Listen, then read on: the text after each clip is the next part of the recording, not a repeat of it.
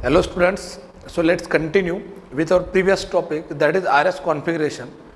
बच्चों जैसे कि हमने लास्ट लेक्चर में देखा था कि RS कॉन्फ़िगरेशन दो टाइप का हमें स्टडी करना है।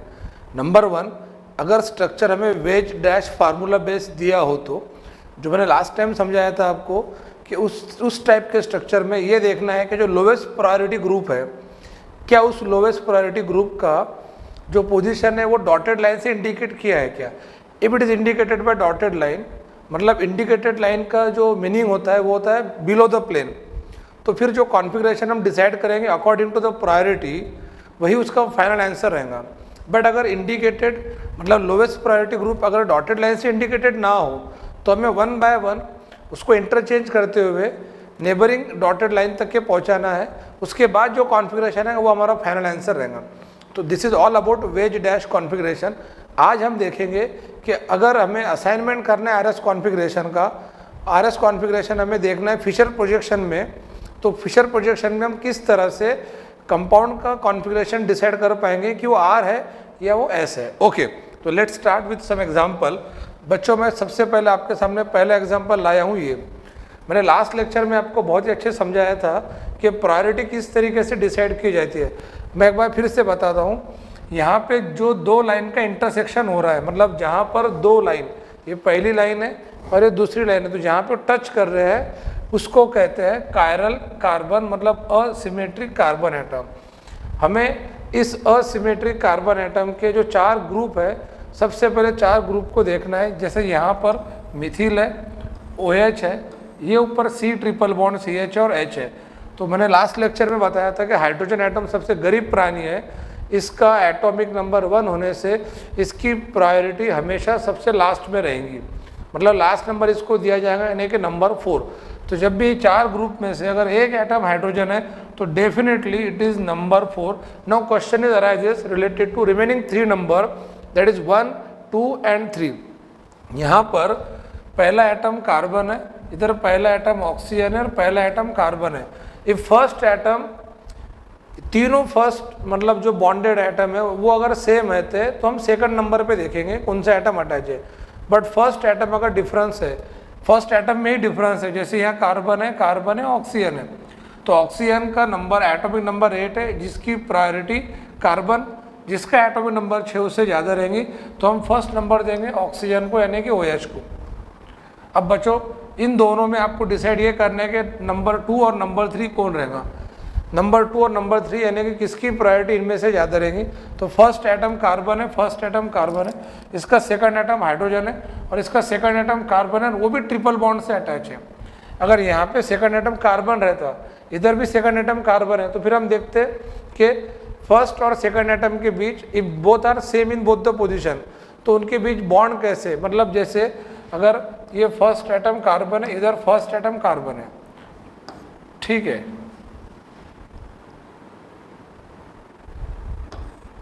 फर्स्ट एटम कार्बन है, सेकंड एटम कार्बन है, सेकंड एटम कार्बन है, पर यहाँ पे सेकंड एटम के बीच डबल बॉन्ड या ट्रिपल बॉन्ड है, तो डबल बॉन्ड की प्रायोरिटी सिंगल बॉन्ड से ज़्यादा रहती है, ट्रिपल बॉन्ड की प्रायोरिटी डबल बॉन्ड से ज़्यादा रहती है। या तो ट्रिपल और सिंगल है तो डेफिनेटली इसकी प्रायोरिटी इससे ज़्यादा रहेंगी, ठीक है, इससे ज़्यादा रहेंगी। मतलब अगर इन दोनों में हमको मिनिमम नंबर डिसाइड करना है और 2 और 3 ये दो नंबर चूज़ करना है, तो इसका नंबर 2 रहेगा, इसका नंबर 3 रहेगा। और 2 ही नंबर बचते हैं, जैसे यहाँ पे 1 ही हो गया, 4 ही हो गया, CH3 और C ट्रिपल बॉन्ड CH, तो इन दोनों में इसकी प्रायोरिटी मिनिमम रहेंगी, तो it is number 2 and it is number 3। अब आपको ये देखना है कि हमें 1, 2 और 3 जाने के लिए क्लॉकवाइज घूमना है कि एंटी क्लॉकवाइज घूमना है। जैसे कि ये 1 है, ये 2 है, ये 3 है, तो क्लियरली समझ में आता है हमें एंटी क्लॉकवाइज जाना पड़ेगा। और जब एंटी क्लॉकवाइज जाना पड़ता है तो it is S configuration, it is sinister means left, because anti clockwise मतलब S कॉन्फ़िगरेशन होता है और क्लॉकवाइज मीन्स R। मैंने लास्ट लेक्चर में बताया था कि R means rectus, S means sinister, rectus means right, sinister means left.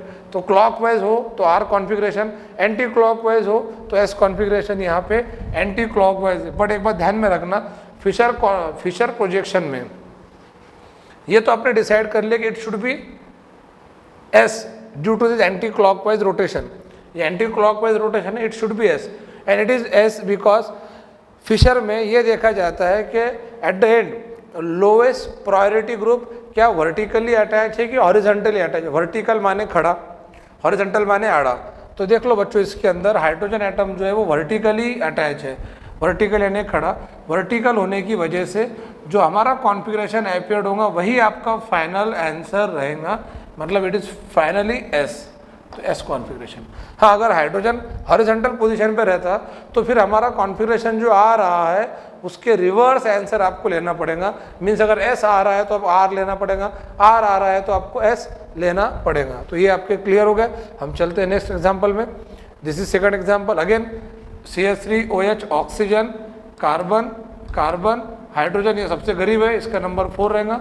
Oxygen atomic number 8 है, नंबर 1 रहेगा। CH3C ट्रिपल बॉन्ड CH में ट्रिपल बॉन्ड है, 2 सेकंड एटम कार्बन है, उसके बीच भी ट्रिपल बॉन्ड है। यहाँ सेकंड एटम हाइड्रोजन है। फर्स्ट एटम भले ही सेम हो, इन दोनों में प्रायोरिटी इसकी कम रहेगी, इसका नंबर 2 रहेगा और इसका नंबर 3 रहेगा।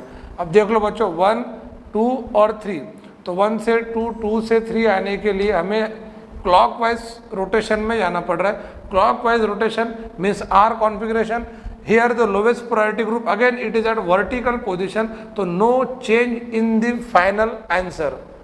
तो यहाँ पे फाइनल कॉन्फ़िगरेशन क्या रहेगा? आर, तो इसका आर कॉन्फ़िगरेशन रहेगा। Next example, example number 3। अब चेक कर लो, वही ग्रुप में ले आऊँ जानबूझ के समझाने के लिए। यहाँ पे हाइड्रोजन जिसकी प्रायोरिटी नंबर 4 है, it is present at the horizontal, आड़ा हॉरिजॉन्टल पोजीशन है। OH जो रहेगा नंबर 1, इसमें इसका नंबर 2, ये 1, और मिथिल ग्रुप का जो नंबर रहेगा वो 3 रहेगा। अब देख लो बच्चों, 1, 2, यहाँ पे एक बात क्लियर ध्यान में रखना कि आपको 1 के बाद 2 के बाद 3, और इन 3 पोजीशन पर ही समझ में आता है कि आपको क्लॉकवाइज जाना है कि एंटी क्लॉकवाइज। 4th का आपको सोचना ही नहीं, 4 को उठा के बाजू में रख दो थोड़ी देर के लिए। आप 1 के बाद 2 के बाद 3, जैसे इट इज़ 1, 2 और 3, तो 1 के बाद 2 के बाद 3, ये जाना पड़ रहा है आपको क्लॉकवाइज। 12, 1, 2, 3, 4 लाइक क्लॉकवाइज, इसके अपोजिट एंटी क्लॉकवाइज। तो आपको क्लॉकवाइज जाना तो पड़ रहा, तो it should be expected R, clockwise रहा तो आर, एंटी क्लॉकवाइज रहा तो एस, बट आर आंसर नहीं रहेगा बिकॉज लोवेस्ट प्रायोरिटी जो ग्रुप है it is present at horizontal position. तो फिशर में आपको एक ही चीज़ ध्यान में रखना है कि क्लॉकवाइज एंटी क्लॉकवाइज के साथ साथ ये भी देखना है कि जो eight the end lowest priority group है क्या वो वर्टिकल पोजीशन पर है या हॉरिजॉन्टल पर। अगर वो वर्टिकल पर है तो जो आपका आंसर आ रहा है वही आपका फाइनल आंसर है, और अगर lowest priority group horizontal position पर है तो जो आपका आंसर आ रहा है उसके अपोजिट आपको लेना पड़ेगा। यहाँ पे आपका आंसर आर आ रहा था क्लॉकवाइज की वजह से, but lowest priority group horizontal position पे होने से आर चेंज होके क्या हो जाएगा एस, तो final answer is S configuration. तो the answer of this question is S configuration. अब चलते बच्चों लास्ट क्वेश्चन में। Again it is horizontal position, ये OH रहेगा 1, it is 2 and methyl is 3 and it is 4, it is present at horizontal position. अब देख लो बच्चों, 1 के बाद 2 के बाद 3, तो 1, 2, 3 ये आपको जाना पड़ रहा है, it is anti clockwise rotation. तो एंटी क्लॉकवाइज रोटेशन से it should be expected S, but it is wrong because S तो होना चाहिए था, बट हाइड्रोजन हॉरिजॉन्टल में होने की वजह से S will changes to R, so final answer will be R, R configuration. इतना सिंपल है और रहा सवाल प्रायोरिटी का तो आप कंफर्टेबली डिसाइड कर सकते, you know very well the atomic number of different element, atomic number. और मैंने बताया ना कि अगर पहला एटम सेम है तो हमको दूसरा एटम चेक करना है, दूसरा एटम भी सेम है तो आपको पहले और दूसरे एटम के बीच के बॉन्ड्स को देखना है। अगर डबल और एक जगह सिंगल बॉन्ड है, डबल बॉन्ड की प्रायोरिटी सिंगल बॉन्ड से ज़्यादा रहेंगी। ट्रिपल और डबल है तो ट्रिपल बॉन्ड की प्रायोरिटी डबल बॉन्ड से ज़्यादा रहेंगी। तो आई होप सो कि ये जो शुरुआत के 4 एग्जाम्पल थे फिशर प्रोजेक्शन बेस, ये आपके क्लियर हो गए होंगे। तो ये 4 एग्जाम्पल हमने देख लिए। इस तरह से ये हमारा फिशर कॉन्फ़िगरेशन मतलब Fischer projection base RS configuration का असाइनमेंट था। अब हम देखेंगे if asymmetric carbon atom are more than 1 means 2 और मोर देन 2, एक से ज़्यादा हो यानी 2 या 2 से आगे, तो ऐसे कंडीशन में आपको 2 तरह की नंबरिंग करना होती है। एक नंबरिंग करना है तो आपको चेन की, लॉन्गेस्ट चेन, और उसमें आपको जो असिमेट्रिक कार्बन है उसका नंबर ध्यान में रखना है, और सेकंड नंबरिंग होती है प्रायोरिटी वाली। तो कुछ एग्जांपल हम लेके देखेंगे बच्चों, जैसे कि आपके सामने एग्जांपल नंबर फर्स्ट ये आपका जो टॉपिक है, it is assignment of RS configuration of Fischer projection containing 2 और मोर देन 2 कायरल सेंटर। इसका मीनिंग ये है कि हमें अब देखना है कि वर्टिकल लाइन को एक से ज़्यादा हॉरिजॉन्टल लाइन टच कर रहे, तो जितने लाइन टच करेंगे उतने asymmetric carbon means chiral carbon atom पकड़े जाएंगे। ठीक है, उतने कायरल कार्बन एटम पकड़े जाएंगे। वर्टिकल लाइन और हॉरिजॉन्टल लाइन का जो इंटरसेक्शन रहेगा वो उतने असिमेट्रिक कार्बन एटम काउंट किए जाएंगे। जैसे यहाँ पे ध्यान से देखो, ये पहला इंटरसेक्शन है, ये पहली बार टच करी लाइन, ये दूसरी बार दूसरा इंटरसेक्शन है, तो इसमें 2 असिमेट्रिक कार्बन एटम है। सबसे पहले काम करना है आपको लॉन्गेस्ट चेन, इस टाइप के कंपाउंड पे लॉन्गेस्ट चेन डिसाइड करना है। लॉन्गेस्ट चेन ये हो रही है हमारी 1 2 3 4, तो इसमें नंबरिंग करना है 1 2 3 4। मैंने जानबूझ के इसको कलर नंबरिंग करा। तो इसमें 2 टाइप की नंबरिंग रहती है, एक नंबरिंग होती है लॉन्गेस्ट चेन वाली और सेकंड नंबरिंग होती है हमारा 1 2 3 4 प्रायोरिटी वाली। ये वो नंबरिंग नहीं है, ये हमारी लॉन्गेस्ट चेन वाली नंबरिंग है। अब बच्चों ध्यान से देखना, हमें इस कार्बन का और इस कार्बन का कॉन्फ़िगरेशन चेक करना है कि वो R है या S है। अगर ये कार्बन का कॉन्फ़िगरेशन R है तो वहाँ पे 2R लिखा जाएगा, बिकॉज उस कार्बन का रेगुलर नंबर 2 है। लॉन्गेस्ट चेन में उस कार्बन का नंबर 2 है। इस कार्बन का कॉन्फ़िगरेशन अगर S आता है तो हमें उसका नंबरिंग लिखना पड़ेगा 3S, बिकॉज उसका रेगुलर नंबर 3 है। समझ में आ रहा? सिंपल है। आगे अब देखो, इस कार्बन को जो सेकंड नंबर का कार्बन है, इसको ये 4 ग्रुप अटैच है, OH H COH और ये नीचे का ग्रुप है। थोड़ा सा मोटा हो गया ये लॉकडाउन में खा के, ठीक है, अब एडजस्ट कर लो। OH H COH, ये नीचे का जो मैंने पूरा सर्कल बनाया, मैं काम कर रहा हूँ सेकंड नंबर के कार्बन को, जो सेकंड नंबर का कार्बन है, OH और H को दिखाने की जरूरत नहीं, मैं सिर्फ COH का स्ट्रक्चर ड्रॉ करता हूँ। C double bond O bond H, ये इसका स्ट्रक्चर। और ये जो नीचे का जो स्ट्रक्चर है ये हम ड्रॉ करेंगे। ये बॉन्ड है, ये कार्बन, ये भी असिमेट्रिक कार्बन है, पर अभी ये पूरा ग्रुप इस कार्बन को अटैच है। ये कार्बन इधर अटैच है H OH और नीचे अटैच है COOH। अब बच्चों क्या करना है, ध्यान से देखना,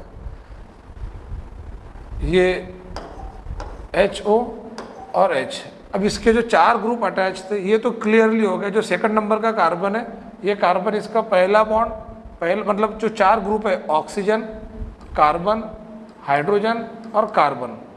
तो मैंने पहले ही बताया था कि आपको सबसे पहले ये देखना है कि फर्स्ट बॉन्डेड एटम, मतलब पहला बॉन्ड जिस एटम के साथ बना वो कौन है, ऑक्सीजन है, कार्बन है, हाइड्रोजन है, कार्बन है। तो इन चारों में प्रायोरिटी ऑक्सीजन की ज़्यादा है, बिकॉज इसका एटॉमिक नंबर 8 है, जो इन सब में ज़्यादा है, तो इसका नंबर हमने दे दिया 1, मतलब ये हो गया आपका नंबर 1। हाइड्रोजन का नंबर करेंगे 4, इससे कोई ऐसा एटम नहीं है जिसका एटॉमिक नंबर इससे कम हो, नंबर 4। अब सवाल ये है कि आपको इधर नंबर 2 देना है या इधर नंबर 2 देना है। तो बच्चों देखो, इसमें ये सेकंड नंबर एटम का पहला बॉन्ड कार्बन के साथ, इधर कार्बन के साथ है, तो पहला एटम सेम है। सेकंड एटम इसका ऑक्सीजन है, सेकंड एटम इसका ऑक्सीजन है। रिमेनिंग जो 2 एटम्स है उसमें भी सेकंड एटम कार्बन है, इसका सेकंड एटम ऑक्सीजन है। होगा क्लियर? मतलब अब ध्यान से देखना, मैं जो बताने जा रहा हूँ, ये हमारा सेकंड नंबर का कार्बन था, इसका पहला बॉन्ड कार्बन के साथ है, इधर पहला बॉन्ड कार्बन के साथ है, ठीक है। अब इस कार्बन का जो बॉन्ड ऑक्सीजन के साथ है और कार्बन के साथ है, इस कार्बन का बॉन्ड ऑक्सीजन के साथ है, अगेन ऑक्सीजन के साथ डबल बॉन्ड है। इसका मतलब ये है कि ये ग्रुप की प्रायोरिटी ज़्यादा रहेगी, भले ही ये कार्बन के बाद 2 ऑक्सीजन हो, but that is not important. ये हमारा पहला एटम था, ये पहला एटम था, कार्बन सेम है, सेकंड एटम ऑक्सीजन है, सेकंड एटम ऑक्सीजन है सिंगल बॉन्डेड, ये भी सेम है। Second atom double bonded oxygen है, इसका second atom single bonded carbon है। एक तो ये ऑक्सीजन है, उसमें डबल बॉन्ड है, तो डेफिनेटली एसिड ग्रुप की प्रायोरिटी ये पूरे ग्रुप से ज़्यादा रहेगी, तो मैं इसको नंबर 2 दूंगा और इसको नंबर 3 दूंगा, तो ये जो पूरा ग्रुप है इसका नंबर हो गया 3 और इसका नंबर हो गया 2। अब देखो बच्चों 1, दिस इज 1 एंड 2, 1 2 और 3। तो 1 से 2 और 2 से 3 जाने के लिए मुझे जाना पड़ रहा है क्लॉकवाइज।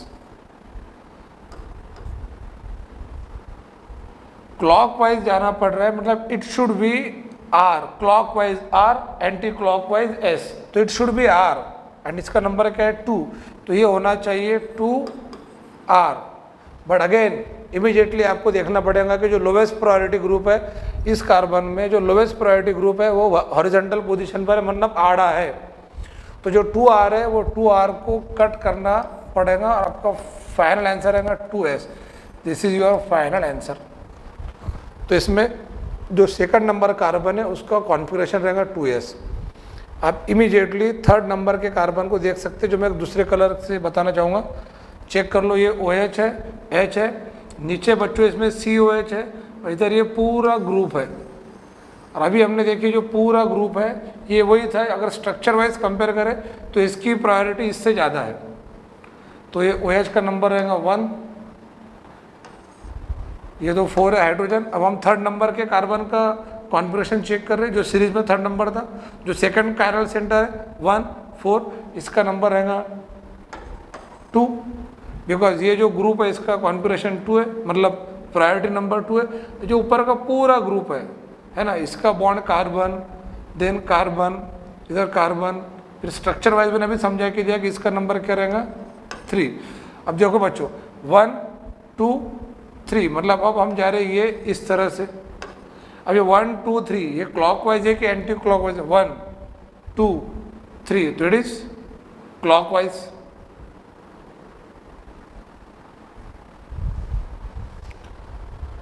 तो अभी अगर ये क्लॉकवाइज है, इट इज क्लॉकवाइज, ये क्लॉकवाइज कॉन्फ़िगरेशन है, तो इट शुड बी R, तो इट शुड बी 3R। 3 तो ये नंबर हो गया, ये नंबर 3, इसका नंबर 3 नंबरिंग में, और ये 1 2 3, इट शुड बी क्लॉकवाइज, तो क्लॉकवाइज होने से it is 3R। But again इस कार्बन में देख लो जो लोवेस्ट प्रायोरिटी ग्रुप है हाइड्रोजन, वो हॉरिजॉन्टल पोजीशन पर है, तो 3R हटा के ये आ जाएगा आपका आंसर 3S, तो 2S 3S। तो बच्चों इसका फाइनल आंसर रहेगा इस पूरे कॉन्फ़िगरेशन का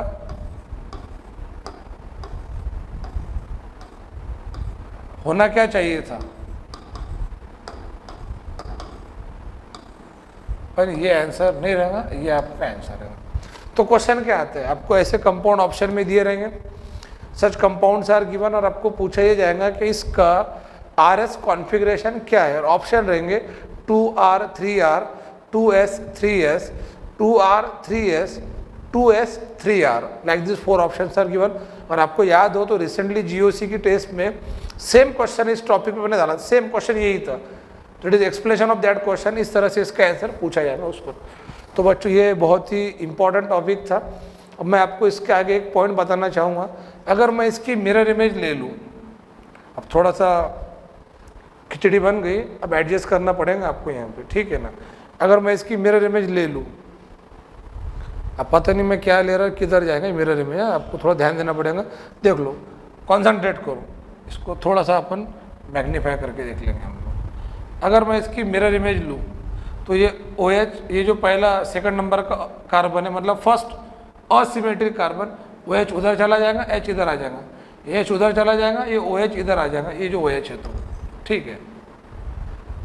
तो उसका हम अगर कॉन्फ़िगरेशन निकालेंगे तो आप ध्यान से देखना, वो अगर हम उसकी मिरर इमेज लेते हैं तो ये जो कॉन्फ़िगरेशन हमारा 2S 3S आया, वो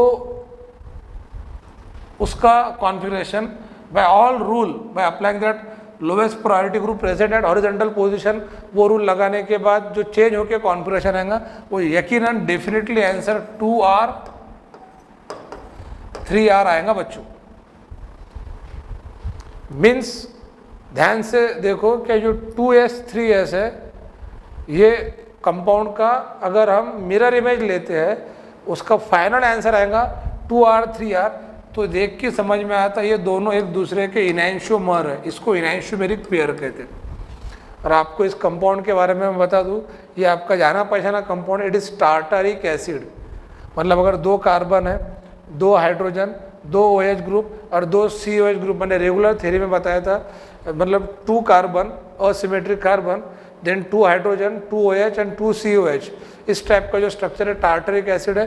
तो ये टार्टरिक एसिड के दोनों ऑप्टिकल एक्टिव फॉर्म है, मतलब 2S 3S 2R 3R, ये दोनों एक दूसरे के इनैंशियोमर्स है, optically active isomer, and this compound is optically active. तो ये हमारा एक बहुत ही इंपॉर्टेंट पॉइंट था। अगर आपको ऐसा पूछा जाता है कि 2S 3S का इनैंशियोमर कौन है, तो आपको कॉन्फिगरेशन चेंज करना है। 2S 3S का इनैंशियोमर 2R 3R है। ओके, ये क्लियर कर लो। उसी का मिरर इमेज आपको प्रैक्टिस अगर करना है तो आप इसकी मिरर इमेज ले लो, आप रूल अप्लाई करो, पहले लॉन्गेस्ट चेन को नंबरिंग कर लो 1 2 3 4, देन असिमेट्रिक कार्बन एटम का नंबर डिसाइड कर लो तो 2 और 3 रहेगा। फिर आप वो सेकंड और थर्ड नंबर के कार्बन को, एक एक कार्बन को यहाँ पे आपको इंडिविजुअली एक एक कार्बन का कॉन्फ़िगरेशन चेक करना पड़ेगा कि उस कार्बन के 4 बॉन्ड किसके साथ बने हुए हैं। फिर वो ग्रुप में प्रायोरिटी ऑर्डर डिसाइड करना पड़ेगी। उसके बाद ये चेक करना पड़ेगा हॉरिजॉन्टल पोजीशन पे लोवेस्ट प्रायोरिटी ग्रुप हो, तो आपका जो भी फाइनल आंसर आ रहा है, जो आप एक्सपेक्ट कर रहे, आपको उसको रिवर्स करना पड़ेगा, जैसे मैंने अभी किया। इस तरह से आप आंसर निकालेंगे तो 2S 3R ये एक दूसरे के इनैंशियोमर्स रहेंगे। अब आपके सामने नया एग्जाम्पल आ रहा है, ये नया एग्जाम्पल आपके सामने। अब बच्चों हम फटाफट इसको सॉल्व कर लेंगे। ये पहले नंबरिंग कर लेंगे। ये सेकंड एग्जांपल है, इसमें दोनों OH ग्रुप एक साइड में। अब देखो ये यही वो कंपाउंड था, सिर्फ पिछले इसमें ये OH इधर से था, H उधर से था। अभी हमने दोनों OH एक साइड में लिया। अगर आपको अच्छे से पता हो, ये टार्टरिक एसिड का वो फॉर्म है जो ऑप्टिकली एक्टिव नहीं है, बिकॉज यहाँ पे सेंटर ऑफ सिमेट्री आता है। सेंटर से हम इसको फोल्ड कर देंगे, OH super impose with OH, H with H, COH with COH, ये वो टार्टरिक एसिड का फॉर्म है जो ऑप्टिकली इनएक्टिव है, जिसको मेसो फॉर्म कहते हैं। तो मेसो टार्टरिक एसिड का RS कॉन्फ़िगरेशन अगर ऐसा पूछा जाए, what should be the answer? ये बहुत ही अच्छा क्वेश्चन है। मैं RS कॉन्फ़िगरेशन में ऑप्टिकल एक्टिविटी को मर्ज करके क्वेश्चन क्रिएट कर रहा हूँ। यहाँ एक हाइब्रिड क्वेश्चन हम देखने जा रहे हैं, तो अब इसको अच्छे से समझो। It is meso tartaric acid. तब देखो बच्चों, ये 1, पहले नंबरिंग कर लेंगे 1 2 3 4। ये जो सेकंड नंबर का कार्बन है, इसका बॉन्ड इधर, ये इसके 4 ग्रुप है, OH H COH और ये नीचे का पूरा ग्रुप। हाँ, तो OH H COH, तो ये नंबर प्रायोरिटी 4 है ना, ये 4 है। ये OH 1 रहेगा ड्यू टू दिस ऑक्सीजन। और अभी हमने देखे थे कि इसका स्ट्रक्चर स्टडी करें तो ये नंबर 2 था और ये नंबर 3 था। अब देखो बच्चों, 1 2 3, मतलब हमें जाना पड़ रहा है एंटी क्लॉकवाइज। 1 2 3, ये होगा एंटी क्लॉकवाइज जाना पड़ रहा, तो इट शुड भी, जो सेकंड नंबर का कार्बन है वो 2, और एंटी क्लॉकवाइज मीन्स S, तो it should B 2S, but that is wrong, because again in this first chiral carbon, ये जो कार्बन एटम जिसको 2 से दर्शाया हमने, यहाँ पे lowest priority group at horizontal position पर है। तो ये जो 2S है, ये इंटरचेंज होकर क्या हो जाएगा, फाइनल आंसर आएगा 2R। यही फिशर प्रोजेक्शन की खूबसूरती है कि अगर lowest priority group vertical position पर हो तो जो आपका आंसर है वही आंसर रहेगा, बट अगर हॉरिजॉन्टल पोजीशन पर है तो जो आपका आंसर आ रहा है आपको उसको रिवर्स करना पड़ेगा। जैसे 2S का 2R, नंबर वही रहेगा बट S का R होगा और R का S हो जाएगा। ठीक है, अब ये 2R हो गया। अब ये जो थर्ड नंबर का कार्बन, इसका हम चेक कर लेंगे। तो थर्ड नंबर का कार्बन, तो इसमें मैं कलर चेंज करता हूँ। इसके अंदर जो थर्ड नंबर का कार्बन है, ये OH COH H और ये पूरा ग्रुप पकड़ा जाएगा। अब देख लो, OH का नंबर 1 है, 1, COH नंबर 2 रहेगा, H नंबर 4 रहेगा, और जो पूरा ग्रुप है ये नंबर 3 रहेगा। अब देखो बच्चों, 1 2 3, तो ये 1 2 3, इस कार्बन के लिए हमें जाना पड़ रहा है clockwise. This is clockwise, 1 2 3 clockwise. तो इट शुड बी, नंबर तो 3 है, तो it should be 3R, but again hydrogen is at horizontal position, तो 3R चेंज होके क्या हो जाएगा, 3S। अब इन दोनों को जोड़ लो, बिकॉज इस कंपाउंड में ये 2 कार्बन एटम है, तो इसका जो कॉन्फ़िगरेशन रहेगा आपका फाइनल आंसर वो रहेगा इस कंपाउंड के लिए 2R3S। 2R3S। अब अगर मैं आपको पूछूं क्या 2R3S क्या ये ऑप्टिकली एक्टिव है, तो ये ऑप्टिकली एक्टिव नहीं है। मैं एक बहुत अच्छा क्वेश्चन बताने जा रहा हूं आपको। सपोज आपको ऐसा दिया जाए, विच of the following compound is optically active, बहुत ही ऊंचे लेवल का क्वेश्चन है, इसके लिए आपको RS कॉन्फ़िगरेशन अच्छे हाई लेवल पे पता होना चाहिए। Which of the following compound is optically active and options are 2S 3S 2R 3R 2R 3S और ऑप्शन डी रहेगा बोथ फर्स्ट एंड सेकंड। अभी मैंने बताया जो हमने रिसेंटली जो कंपाउंड देखे, ये चाहे वो 2S 3S रहो या 2R 3R रहो, ये दोनों ऑप्टिकली एक्टिव है। एक बात ध्यान में रखना है, सेकंड और थर्ड नंबर का जो कार्बन है उसमें जो कॉन्फ़िगरेशन है RS वो सेम चाहिए तो ऑप्टिकली एक्टिव रहेगा। टार्टरिक एसिड में अगर वो डिफरेंट है, जैसे कि 2R 3S या 2S 3R, ये डिफरेंट हो गया, वो मेसो का आंसर रहेगा। वो दोनों मेसो ही है। जैसे अगर मैं इस कंपाउंड में काम करता हूँ, आपने घर पे एक असाइनमेंट करना, ये दोनों H इधर से ले लेना, 2H उधर से ले लो, still it possesses centre of symmetry, because हम सेंटर से फोल्ड करेंगे तो H superimpose with H, OH अगर ये OH इधर ले लेते हैं तो OH super impose with OH, H superimpose with H, COH super impose with COH, still it possesses center of symmetry. It means it is optically inactive. Such compound which contain more than one chiral center, more than one asymmetric carbon atom, but still they possess certain kind of symmetry, means like center of symmetry, then such compounds are optically inactive and these compounds are called as meso compound. तो meso tartaric acid, ये 2OH इधर रहो या दोनों OH इधर, दोनों H उधर, इसका आंसर तो ये आ गया। अगर आप इसमें चेंज करेंगे, मतलब दोनों H इधर ले लेंगे, H उधर भेज देंगे, तो उसका आंसर रहेगा बच्चों, मैं डायरेक्टली बता देता हूँ, 2S, उसको चेंज कर लो 3R। अब देखने के लिए तो एक दूसरे के मिरर इमेज है, मिरर इमेज है। अगर हम इसकी मिरर इमेज लेंगे तो definitely left become right, right become left, तो इसका आंसर इसके अपोजिट आएगा। बट ये दोनों भी कॉन्फ़िगरेशन जो रहेंगे वो ऑप्टिकली इनएक्टिव रहेंगे, because this compound is meso tartaric acid. तो अगर आपको ऐसा क्वेश्चन आता है, what is the RS configuration of meso tartaric acid without giving any kind of structure, अगर स्ट्रक्चर दिया जाए तो आप निकाल लेंगे, बट ये क्वेश्चन मैं ऐसे बताने जा रहा हूँ।